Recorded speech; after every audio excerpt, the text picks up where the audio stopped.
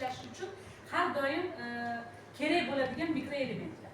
Makroelementlarga bu yog', uglevod, ya'ni shakar va oqsil kiradi.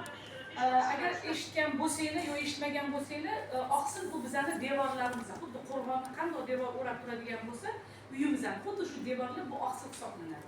Ana o'sha devordan bittagina g'ish chiqib ketsa ham, sizlar bilasizlar, agar eshik ochiq bo'lsa, itlar eshik ham kirib ketaveradi. Xuddi shunaqa bizning organizmda agarda oqsillarimizda muammo bo'ladigan bo'lsa, ularning yetishmovchiligi boshlangan bo'lsa, demak bizga har xil infeksiyalarning kirishi oson bo'ladi va kasalliklarning rivojlanishiga yaxshi muhit tayyor bo'ladi. Uglevodlar haqida keladigan bo'lsak, uglevodlar ya'ni shakarli moddalar, bunga kraxmal kiradi, glyukoza, mevalardagi fruktoza, hammasi uglevodlarga kiradi.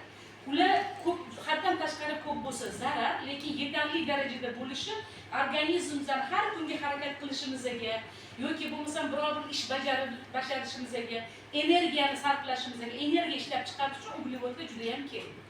Endi yog'larga keladigan bo'lsak, mana shu yog'lar organizmda bizga ko'payib ketadigan bo'lsa, semirib ketaman deymiz.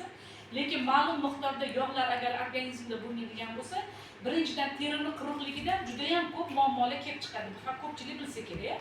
Har xil kasallik emas, toshmalar juda ham ko'payib ketadi. Agar yog'ning miqdori yanada kamayib ketadigan bo'lsa, biz harakat qila olmay qolamiz.